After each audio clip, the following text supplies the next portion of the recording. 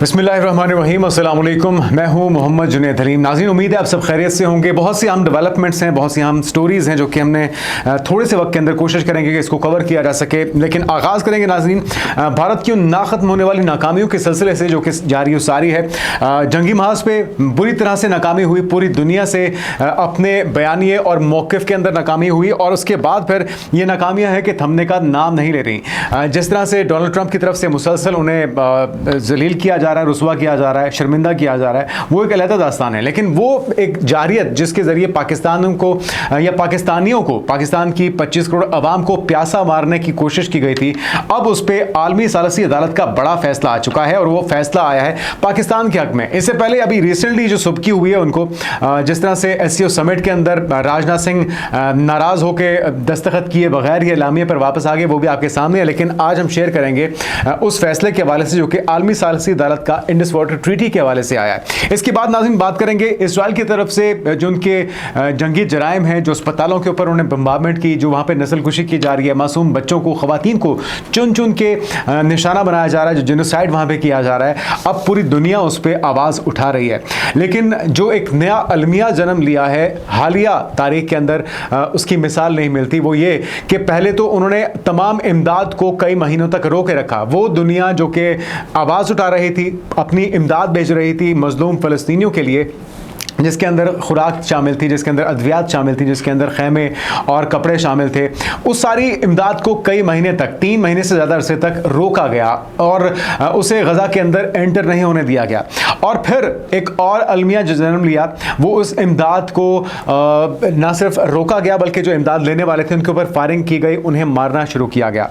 अब एक और भयानक इंकशाफ हुआ है नाज़रीन, दिल दहला देने वाला। दिल थाम के ये खबर सुनिएगा और उसके बाद फिर सोचिएगा कि क्या इन इजरायलियों से या इन ज्यूइश लॉबी से कोई खैर की तवक्को की जा सकती है। वो क्या खबर है, कुछ ही देर में आपके सामने वो भी रखेंगे, वो भी शेयर करेंगे और फिर आपको बताएंगे कि सीज़ फायर तो हो चुका है इजराइल और ईरान के दरमियान में, लेकिन जिस फैक्टर ने, जिस रीज़न की वजह से सबसे ज़्यादा नुकसान हुआ था ईरान को, वो था जासूसी का एलिमेंट, मोसाद के वो जासूस जो कि ईरान के अंदर से खोखला कर रहे थे ईरान को और उनकी तरफ से तमाम नेटवर्क बिछाया गया था। अब क्या कार्रवाइयाँ की जा रही हैं, किस तरह से हक़ाइक़ सामने आए हैं उस नेटवर्क के लेकर और अब किस तरह से उन्हें इबरत का निशान बनाया जा रहा है, कितने अपने आखिरी अंजाम को पहुंच चुके, कितनों को इबरत का निशान बनाया जा चुका और अभी और कितने हैं जिन्हें बनाया जाना बाकी है। ये खबर भी आपके साथ शेयर करेंगे और आखिर में थोड़ा सा हम जायज़ा लेंगे उस सानहे का, उस अलमिए को जो कि पाकिस्तान में जिसने जन्म लिया है।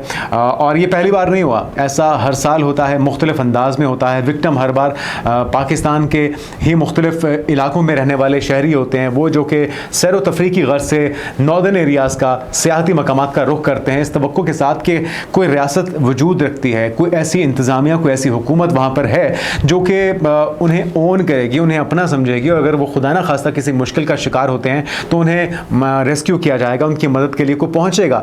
लेकिन इस बार भी ये हमारी या हम जैसे और जो हमारे बहन भाई वहाँ पर सैर की नीयत से, तफरीह की नीयत से अपने अहल वयाल के साथ पहुँचे थे, उनकी गलत फहमी ही साबित हुई और एक एक करके लुक़्मा अजल बन गए। ज़िम्मेदार कौन है इस साने का और हमें क्या सीखने की ज़रूरत है, अभी तक क्या इक़दाम हुए हैं, KP गवर्नमेंट की तरफ से क्या कुछ किया गया, किस तरह से बरी ज़िम्मा होने की कोशिश की जा रही है और मलबा डाला जा रहा है सिर्फ निचले अफसरान के ऊपर। लेकिन वो हुकूमत जो कि बराजमान है पिछले 12 सालों से, क्या वो जवाब देगी, इसका भी जायज़ा लेंगे आखिर में। लेकिन सबसे पहले नाज़रीन शेयर करते हैं आपके साथ वो बड़ी खबर जो कि अब मंज़र-ए-आम पर आ चुकी है भारत की तरफ से। नाज़रीन पहले तो आबी जारियत की गई और पहलगाम वाक़े के बाद आप कार्रवाई करते कि आप सबसे पहले उन जिम्मेदारों को तलाश करते जिनकी नाअहली की वजह से दहशतगर्द पहलगाम तक पहुंचे थे। वो नहीं किया, पाकिस्तान के ऊपर इल्ज़ाम धर दिया गया, पाकिस्तान के ऊपर जंग मुसल्लत की गई, उसका मुंह तोड़ जवाब मिला, राफेल गिरवाए, S-400 को निशाना बनवाया, पूरी दुनिया में सुबकी करवाई और फिर क्या हुआ नाज़रीन कि एक के बाद एक ये सुबकियों का सिलसिला, नाकामियों का सिलसिला जारी रहा। डोनाल्ड ट्रंप की तरफ से सीज़फायर का क्रेडिट लिया जाता रहा और पाकिस्तान को बराबरी की सतह पर इंडिया के उसी तरह से, बल्कि पाकिस्तान की तारीफ़ें ज़्यादा की गई। पाकिस्तान के फील्ड मार्शल को उनके एजाज़ में ज़ोराना दिया गया, उनको इनवाइट किया गया, पाकिस्तान को कहा गया कि जी बहुत ज़बरदस्त नेशन है, बहुत ही ज़बरदस्त लोग हैं। और फिर उसके बाद नाज़रीन एक पूरा तसलसल जो झूठा बयानिया गोदी मीडिया की तरफ से घड़ा जा रहा था, या जो झूठ प्रोपेगेंडा पाकिस्तान के खिलाफ किया जा रहा था, उसे कोई भी खरीदने को तैयार नहीं था। शशि थरूर की क़यादत में एक डेलीगेशन गया, 33 मुल्कों के दौरे किए, ज़बानी जमा खर्च के अलावा कुछ भी साबित नहीं हुआ। पूरी दुनिया की तरफ से उन्हें तजलील के अलावा या सुबकी के अलावा और कुछ भी नहीं मिला। अच्छा, रिसेंटली क्या बड़ी डेवलपमेंट हुई, बीजिंग के अंदर, चाइना के अंदर एससीओ समिट हुआ और उसके अंदर एक बार फिर से अपना जो रिवायती अंदाज है इंडिया का, पहलगाम वाक़े के हवाले से पाकिस्तान के ऊपर इल्ज़ाम तराशी की गई। पूरी दुनिया को या एससीओ के जो रुकन ममालिक थे उन सारों को कायल करने की कोशिश की गई। इस मुद्दे को शामिल किया जाए एलामिया के अंदर, जो मुश्तरका एक पूरे एक इस बैठक के अंदर तमाम लोगों का, तमाम ममालिक का, शरीक ममालिक का एक जिस चीज़ पे इत्तेफाक होता है उसके लिए एक एलामिया जारी किया जाता है। लेकिन उस एलामिया के अंदर भी पाकिस्तान का जो मौक़िफ़ था जाफिर एक्सप्रेस का, जिसमें पाकिस्तान ने कहा कि इंडिया ने रॉ ने साजिश की और पाकिस्तान के अंदर दहशतगर्दी का ये वाक़या करवाया, ट्रेन को रुकवाया, सैकड़ों लोगों को मरवाया और ये BLO को फंडिंग करते हैं, पाकिस्तान के अंदर दरअंदाजी करते हैं। पूरा एक ट्रैक रिकॉर्ड है, कुलभूषण यादव हो या इनके दीगर जासूस हों, ये सारे पाकिस्तान के अंदर आके अपनी तखरीबकारी करते हैं, पूरा नेटवर्क बिछाते हैं और पाकिस्तान को गैर महफूज करते हैं। उस मौक़िफ़ को तस्लीम किया गया, उस मौक़िफ़ को एलामिया के अंदर शामिल किया गया, लेकिन पहलगाम वाक़े का तज़किरा नहीं हुआ, जिसकी वजह से राजनाथ सिंह, आपको याद है कि नाराज़ हो गए थे और उन्होंने दस्तखत ही नहीं किए, जिसके ऊपर बड़ी लेदे हो रही थी कि जी आखिर पाकिस्तान का मौक़िफ़ क्यों तस्लीम कर लिया गया। इंडिया जो बार बार पहलगाम का वाविला कर रहा था, उसके मौक़िफ़ को शामिल क्यों नहीं किया गया। तो ये सारी चीज़ें तो नाज़रीन चल ही रही हैं। साथ में जो इंडस वाटर ट्रीटी है, अब सवाल हमारी तरफ से ये पूछा जा रहा था कि जी दहशतगर्दी का वाक़या इंडिया में होता है, तो आप दहशतगर्दी के ऊपर बात कीजिए, आप सबूत लाइए, पाकिस्तान को मौका दीजिए कि वो अपनी सच्चाई में क्या साबित करता है। लेकिन आपने पाकिस्तान का पानी रोक दिया, तो ये तो कोई जवाज़ नहीं बनता, ये तो कोई मंतक नहीं बनती। और खुद साख्ता तौर पर एक फरीक इंडस वाटर ट्रीटी को वायलेट कर ही नहीं सकता, ये मुमकिन ही नहीं है। या तो नया मुआहिदा होगा या फिर इसी ऑलरेडी जो सिंतास मुआहिदा है उसके ऊपर अमल दरामद को यकीनी बनाना होगा शरीक ममालिक को या फरीक ममालिक को। लेकिन उसके ऊपर कान नहीं धरे गए। पाकिस्तान ने आलमी सालसी अदालत का दरवाज़ा खटखटाया और अपना मौक़िफ़ पूरी दुनिया के सामने रखा कि जी आप 25 करोड़ अवाम की ज़िंदगियों को दाव पर नहीं लगा सकते। और अब जो डेवलपमेंट है वो सुन लीजिए। भारत की जानिब से 27 मुआहिदे की आर्जी मुअत्तली का ऐलान गैर कानूनी करार दे दिया गया है और ये आलमी अदालत का फ़ैसला है। आलमी अदालत का पाकिस्तान के हक़ में ये बड़ा फ़ैसला आ चुका है, जिस पर हम सारे पाकिस्तान को मुबारकबाद देते हैं और हमदर्दी का इज़हार करते हैं मोदी सरकार के साथ, अंधभक्तों के साथ, जो कि इस झूठ को यहाँ पर इस प्लेटफॉर्म पर भी बेच नहीं पाए। आलमी सालसी अदालत जो परमानेंट कोर्ट ऑफ आर्बिट्रेशन है PCA, इसने पाकिस्तानी मौक़िफ़ की तायद करते हुए सिंतास मुआहिदे की आर्जी मुअत्तली के भारतीय ऐलान को गैर कानूनी करार देते हुए यह फैसला दिया है कि भारत सिंतास मुआहिदे के तहत जारी सालसी को एकतरफा तौर पर नहीं रोक सकता। यही हम कह रहे थे, लेकिन भारत को समझ नहीं आ रही थी ये बात, लेकिन अब मेरे ख्याल में अच्छी तरीके से समझ आ चुकी होगी। सालसी का अमल मुनसिफाना, बरवक्त और मौसर अंदाज में जारी रहेगा। कोई फरीक एकतरफा अदालत के दायरे इख्तियार को खत्म नहीं कर सकता। सिंतास मुआहिदे में कहीं भी एकतरफा तौर पर इसे मुअत्तल करने की शिक शामिल नहीं है। यह फैसला पाकिस्तान की जानिब से भारत के मगरबी दरियाओं सिंध, जेहलम, चनाब पर पन बिजली के गैर कानूनी मनसूबों के खिलाफ 2016 में दायर मुकदमे में जारी किया गया था और हुकूमत पाकिस्तान ने सिंतास मुआहिदे के हवाले से मुस्तकिल अदालत बराए इंसाफ के तहत सालसी अदालत के फैसले का खैर मकदम किया है। तो यहाँ पे कहानी खत्म हुई। अब फौरी तौर पर पानी को खोलिए। लेकिन अफसोसनाक अमर यह है कि एक तो ये एक साजिश, एक चाल जो भारत ने चली थी, लेकिन एक है फैसला। वो कहते हैं ना कि मुद्दई लाख बुरा चाहे तो क्या होता है, वही होता है जो मंजूर खुदा होता है। तो अल्लाह ताला की करनी ये हुई है कि वहाँ पे इस वक्त हर चीज़ पानी पानी हो चुकी है और इतना पानी इकट्ठा हो चुका है कि मोदी सरकार को डूब मरने के लिए वो पानी काफ़ी साबित होगा। मुख्तलिफ रियासतों में वहाँ पे इतनी बारिशें हुई हैं कि सैलाबी सूरत हाल है और वो पानी जिसे पाकिस्तान के समझ लें कि पाकिस्तान को तरसाने के लिए या प्यासा रखने के लिए रोका जा रहा था, अब उनसे पानी संभाला ही नहीं जा रहा। तो ये कुदरत का इंसाफ है, ये कुदरत का जवाब है। और अगर इसी तरह की मनमानियाँ या जो जिसको कहते हैं ना आबी जाहिरियत, मुस्तकबिल में भी अगर मोदी सरकार मुसल्लत करने की कोशिश करेगी तो ये सिलसिला उनके साथ आने वाले वक्तों में मज़ीद तबाहकुन हो सकता है। कुछ खबरें मुख्तसर से आपके साथ शेयर कर लेते हैं। मुख्तलिफ रियासतों में इस वक्त सैलाबी सूरत हाल है नाज़रीन। मानसून की एक वहाँ पे कैफियत बर्पा हो चुकी है। पंजाब है, वहाँ पे हरियाणा, यूपी, बिहार और दीगर जो इलाके हैं वहाँ पे पानी के अंदर डूब चुके हैं। 10 से ज़्यादा हलाकतें हो चुकी हैं सिर्फ और सिर्फ केरला के अंदर, और जो दीगर आसपास की रियासतें हैं उसको भी सैलाबी पानी और जो बारिशों का जिस सूरत अर्बन फ्लडिंग की सूरत हाल है उसकी वजह से अब तक जो है वहाँ पे काबू पाना बड़ा चैलेंज हुआ है। लोग खौफ का शिकार हैं और हुकूमती इमदाद के मुंतज़िर हैं। तो बजाय इसके कि आप पाकिस्तान पे आबी जारियत मुसल्लत करें, पाकिस्तान का पानी जो पाकिस्तान का हक है उसे रोकने की कोशिश करें। अपने मुल्क में जो इस वक्त सैलाबी सूरत हाल है उसे कंट्रोल कीजिए, उस पर फोकस कीजिए, अपनी ज़िंदगियों, अपने लोगों की ज़िंदगियों, उनकी जानों को महफूज करने की और बचाने की कोशिश कीजिए, वरना यूँ ना हो कि आपका नुकसान इससे ज़्यादा बढ़ जाए। अब आते नाज़रीन उस जंगी जराइम की तरफ जो कि मुसलसल रवा रखे हुए है इजरायली फोर्स और नेतन्याहू फ़लस्तीनियों के ऊपर। पहले उनकी इमदाद रोकी गई, इमदाद खोली तो फिर मुतासिरीन के ऊपर फायरिंग शुरू कर दी गई। वो मुतासिरीन जो कि इमदाद लेने के लिए आते हैं, जिसमें प्यासे भूखे बच्चे हैं, ख़वातीन हैं, बुज़ुर्ग हैं, नौजवान हैं, निहत्ते हैं नाज़रीन, वो हथियार लेकर नहीं आते हैं इमदाद लेने के लिए, बल्कि हाथों में बर्तन खाली लिए हुए आते हैं। उनके ऊपर सीधी गोलियां बरसाए जाने का सिलसिला जारी है। लेकिन एक और बड़ा जंगी जुर्म जो जिसका इर्तिकाब किया है इसराइल ने वो ये कि अब मनशियात शामिल की जा रही हैं। अब फ़लस्तीनियों के खुराक में मनशियात शामिल किए जाने का एक हैरान कुन और चौंका देने वाला इंकशाफ हुआ है, जिसके ज़रिए ना सिर्फ उनको जहनी तौर पर मफलूज करना चाहते हैं बल्कि उनकी सेहत के साथ खेल रहे हैं, उनको जिस्मानी तौर पर भी वो नाकारा करना चाहते हैं, बीमारियों में मुब्तला करना चाहते हैं और उनको ज़हनी तौर पे माऊफ करना चाहते हैं, जिसकी वजह से अब यह हथकंडा अपनाया जा रहा है कि वो उनकी अद्वियात के अंदर ऐसी मनशियात की मौजूदगी का इंकशाफ हुआ है जो कि इंतहाई तबाहकुन है। तफसीलात और ख़बर आपके साथ नाज़रीन शेयर कर देते हैं, जिसमें बताया यह जा रहा है कि जी अमरीका से गज़ा आने वाली इमदाद से अफ्यून की गोलियाँ मिली हैं। गज़ा के मीडिया ऑफिस ने जुमे के रोज़ आटे के थैलों में ऑक्सीकोडोन नामी अफ्यून की गोलियों की मुबैना दरियाफ्त की शदीद मजम्मत की है, जो अमरीकी इसराइली इमदाद मराकज़ के ज़रिए तकसीम किए जा रहे थे। एक बयान में कहा गया कि अब तक हमारे पास 4 शहरियों की जो गवाहियाँ हैं वो मौजूद हैं और इन्होंने गोलियाँ आटे के थैलों में तलाश की हैं और वहाँ पर पाई गई हैं। बयान में खबरदार किया गया है कि इम्कान भी मौजूद है कि इन नशावर अशिया को जानबूझकर आटे में पीस दिया गया है या घोल दिया गया हो।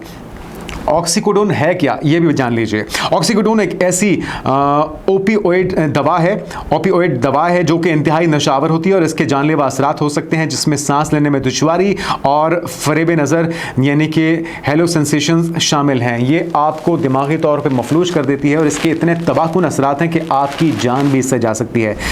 और इसराइल इसका ज़िम्मेदार है बुनियादी तौर पर, क्योंकि वो जानबूझ के कर रहे हैं, ये हादसाती तौर पर नहीं है।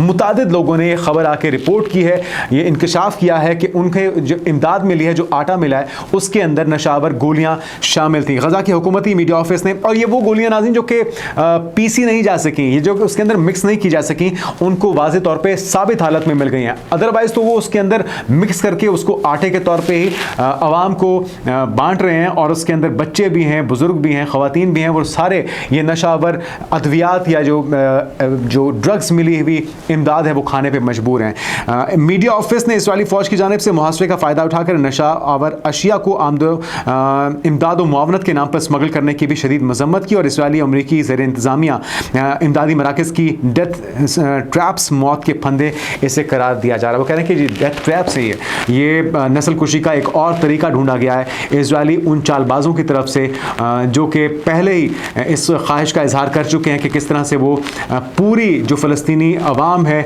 उनकी नस्ल कुशी चाहते हैं और अल्टीमेट टारगेट यही है कि ग्रेटर इसराइल को यकीनी बनाया जाए, इसको खाली करवा लिया जाए, इवैक्यूएट करवा लिया जाए। खंडरात में तो पहले ही तब्दील कर चुके हैं इसराइल की तरफ से फ़लस्तीन को, लेकिन जो रहे सहे लोग हैं उनको या तो वो गोलियों से मार रहे हैं या फिर ये इमदाद के अंदर नशावर अद्वियात मिला के। तो दुनिया कब होश के नाखून लेगी, कब इस पर आवाज़ बुलंद करेगी, कब इस जुल्म और बर्बाद को रोका जाएगा, ये देखना बाकी है। लेकिन ये सिलसिला दिन ब दिन मज़ीद भयानक होता जा रहा है। अगली खबर की तरफ आते हैं नाज़रीन।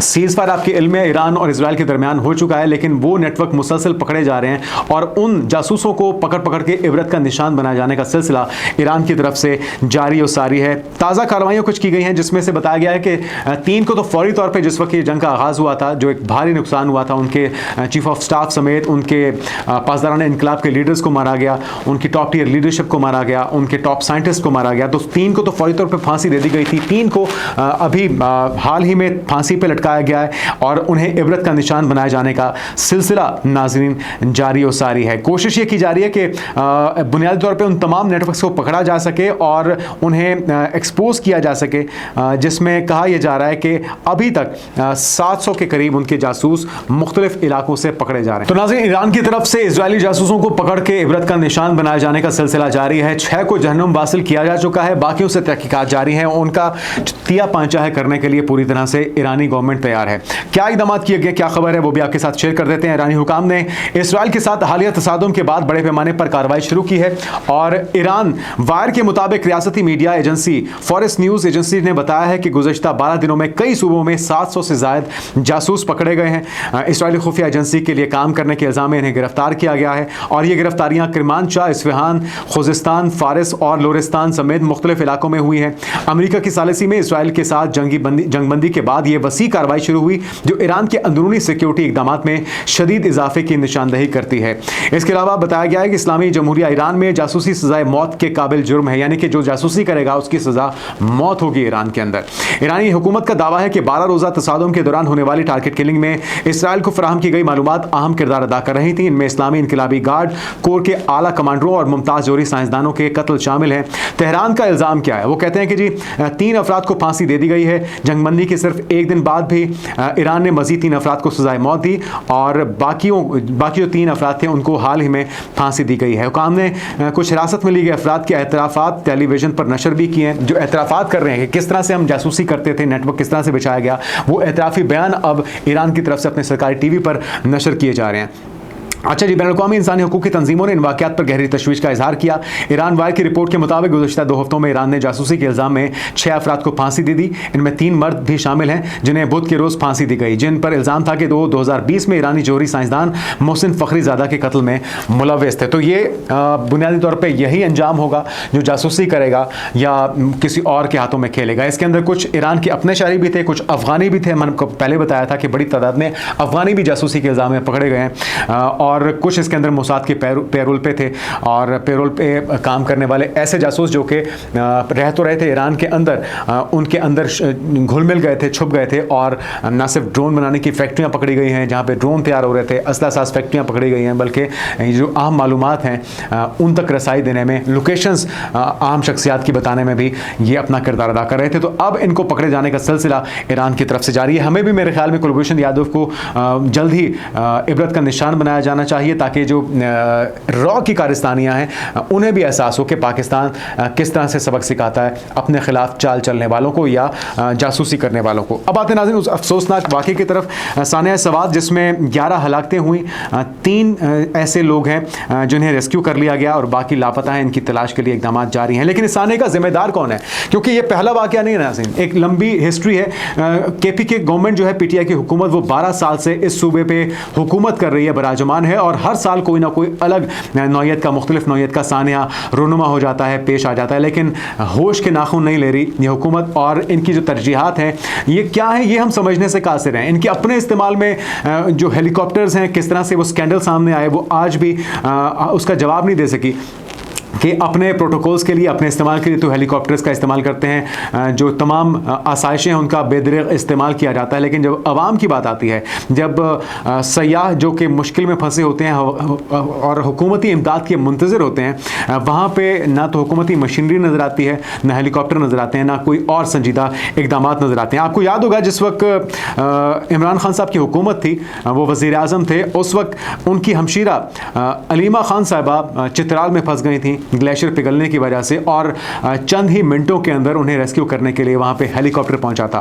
तो जिस वक्त घंटों खड़े होके ये मुतासरा फैमिली बिलबिलाती रही, चीखती रही, चिल्लाती रही, अवाम वहाँ पे जो मौजूद लोग थे, जो अहले इलाका थे, वो चिल्लाते रहे। रेस्क्यू के जो अहम ज़िम्मेदारान थे वो मौके पे पहुँचना तो दूर की बात, उन्होंने कोई तसल्ली बख्श जवाब ही नहीं दिया, ना उन्होंने वजह बताई कि वो यहाँ पर हेलीकॉप्टर लाने में क्यों नाकाम रहे। तो ये वो सारे सवालात हैं जो आवाम पूछ रही है इस गवर्नमेंट के साथ। अब बात यह है कि अपनी जिम्मेदारी बजाय इसके कि कबूल की जाए, जो निचले लेवल के अफसरान हैं उनके निकाले जाने का या उन्हें सजाएं देने का सिलसिला जारी है, लेकिन ये कब तक होता रहेगा? आपको याद होगा कि IPL जो PSL का मैच हुआ था पाकिस्तान के अंदर, उस ग्राउंड को खुश्क करने के लिए वहाँ पे हेलीकॉप्टर्स बुलाए गए थे, और ये मनाजिर देखते हैं तो हमें हमारा दिल और खून के आंसू होता है कि अगर हमारी तरजीहात ये हैं कि हमारा खेल तो तरक्की कर रहा है, हमारा खेल तो नाम बना जाए, पाकिस्तान क्रिकेट में तो नाम बना जाए, लेकिन जो पाकिस्तान के रहने वाले हैं जिनसे पाकिस्तान बनता है, पाकिस्तानियों के बगैर पाकिस्तान की क्या पहचान है? अगर पाकिस्तानियों को आप इस तरह से भेड़ बकरियों की तरह ट्रीट करेंगे, और मेरे ख्याल में भेड़ बकरियों को भी कोई अहमियत होती है। अगर किसी का कोई माल मवेशी हो किसी बड़े आदमी का और वो इस तरह से फंस जाएगा तो उसके लिए भी ये अपनी तमाम जो पॉसिबल ज़राए हैं या वसाइल हैं उनको इस्तेमाल करेंगे। लेकिन इंसानों की जानें इतनी बेवकूफ़ हो चुकी हैं, इतने सस्ता हो चुका है इंसानी खून कि ये 15 लोग तरसते रहे, चीखते रहे, बिलखते रहे, लेकिन इनकी इमदाद के लिए कोई हेलीकॉप्टर, कोई इदारा नहीं आया। ना PDM में आया, ना NDM में आया, ना वज़ीर आला आए, ना कोई वज़ीर आया, ना कोई मुशीर आया, बल्कि आया तो सैलाबी रैल आया जो इन्हें बहा के अपने साथ ले गया। और सिर्फ इन्हें बहा कर अपने साथ नहीं ले गया बल्कि PTI की गवर्नमेंट को भी अपने साथ बहा के ले गया। और अगली बार PTI के वो सपोर्टर्स, वो वोटर्स जो कि मुसलसल तीसरी बार इस गवर्नमेंट को मौका दे रहे हैं और इनको चुन रहे हैं, अपना हुक्मरान ऐवानों के अंदर भेज रहे हैं इनको अपनी किस्मतों के, अपने तकदीर के फैसले करने के लिए, उन्हें भी होश के नाखून लेने चाहिए और उन्हें वोट देने से पहले इस तरह के सानियात को याद रखना चाहिए। नाज़रीन, क्या इक़दाम किए गए हैं ज़रा वो भी सुन लीजिए कि कुछ लोगों को इन्होंने नौकरी से फारिग किया गया है, जिसमें रेस्क्यू के एहलकार हैं, जिसमें कुछ दीगर ओहदेदारान हैं, और बुनियादी तौर पे कोशिश ये की जा रही है कि इस मामले को टाला जा सके। आपको याद होगा कि जो ये 5 अफराद खैबर पख्तूनख्वा में मूसलाधार बारिश के बायस दरियाए स्वात बिपर गया था, जिसके नतीजे में 7 मकामात पर ख़वातीन और बच्चों समेत 75 से ज़्यादा अफराद दरिया में बह गए, 55 से ज़्यादा अफराद को रेस्क्यू किया गया है। अच्छा नाज़रीन, आपको याद है स्वात में सयाहों के दरिया में फंसने वाले जो वाक़यात हैं वो पहली बार नहीं हो रहे। इमदाद की फराहमी के लिए तवील इंतजार करने वाले बिलाखिर जान की बाजी हार गए 3 बरसों में दूसरा बड़ा वाक़या है। इसके बावजूद हुकूमत के पास ऐसे हालात में रेस्क्यू के लिए अब तक कोई वाज़ेह हिकमत अमली नहीं है। स्वात के हालिया वाक़े पर बात करने से पहले अगर याद करें हम 2022 में कोहिस्तान का जो वाक़या था, इस अफसोसनाक वाक़े में 5 अफराद दरिया की लहरों का निशाना बने थे, और इन 5 की तस्वीर भी आपको याद होंगी। ये भी इसी तरह से इसी इंतज़ार में थे कि शायद इंतज़ामिया जाग जाए, शायद कोई इनका वली वारिस हो जो इनकी जानों की परवाह करे, जो इनको ओन करे, जिनको अपना समझे, लेकिन ऐसा सिर्फ इनकी खाम ख्याली साबित हुआ। और इसी तरह से ये 15 लोग भी आज उसी तरह 2022 या 2025 या इस तरह के जो बेशुमार वाक़यात हैं, इवन मरी के अंदर आपको याद होगा दर्जनों लोग गाड़ियों के अंदर सोए सोए अब्दी नींद सो गए थे क्योंकि वहाँ पे रेस्क्यू के लिए उनको पहुँचा नहीं था। इसी तरह से जो केबल कार के वाक़यात होते हैं, जो लोगों के फंस जाने के वाक़यात होते हैं, ये बुनियादी तौर पे ऐसे ट्रेलर्स हैं जो आपको दिखाते हैं कि आप जिन लोगों को वोट देके अपना हुक्मरान चुन रहे हैं, अपनी तकदीरों का फैसला करने का हक दे रहे हैं, वो इस काबिल नहीं है। इनकी प्रायोरिटीज़ कुछ और हैं। ठीक है, आप अडियाला जेल पहुँचे हुए हैं, CM साहब अली अमीन गंडापुर साहब, आपका मिलना इमरान खान साहब से बहुत ज़रूरी है।